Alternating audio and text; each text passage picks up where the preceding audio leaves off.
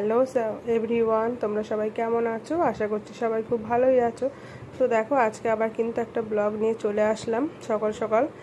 তো তোমরা দেখো, এখন সকাল হয়ে গেছে আর আমি এখন একটুখানি গিয়ে ওপরে ছাদের দরজাটা খুলে দিচ্ছি। আর সকালবেলা দেখো কত রোদ্দুর, মানে সকালে এত রোদ্দুর, তাহলে যত বেলা বাড়বে তত কি অবস্থাটা হবে তাহলে ভাবো। প্রচণ্ড গরম পড়েছে আবার। তো দেখো, আমি ঘরটরগুলো কিন্তু ঝাড় দিয়ে নিচ্ছি তোমাদের সাথে কথা বলতে বলতে। সকালে উঠে সবারই অনেক কাজ থাকে, তো সেই কাজগুলো তো সকালে সবাইকেই করতে হয়, তো আমাকেও করতে হয়। তো আমি সকালবেলা ঘুম থেকে উঠেই কিন্তু আগে চলে যাই সিঁড়িঘরের দরজা খুলতে। কারণ হচ্ছে গিয়ে কি, সিঁড়িঘরের দরজাটা বন্ধ থাকলে আর ঘরটা পুরো মানে কি বলবো, এত গরম হয়ে থাকে যে বলার মতো না। তারপরে দেখো, আমি ঝাড় দিতে দিতে দেখছি পাম্পে জল পড়ে যাচ্ছে, বন্ধ করে আসলাম। আর এই যে একটা কল দিয়েছে, তো কলটা দিয়ে কিন্তু ঠিক মতন জলটা আটকায় না, জল পড়তেই থাকে। কলের আসলে মুখটা একটু টাইট করতে হবে।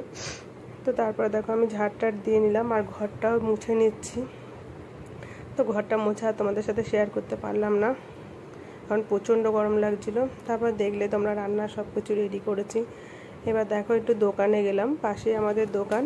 আর এত গরম পড়েছে যে দুটো ফুটি কিনে আনলাম। তো একটা আমার মেয়ে খাবে আর একটা আমি খাবো। তো একটুখানি গরমের মধ্যে ঠান্ডা একটু বসে খেয়ে নিলাম।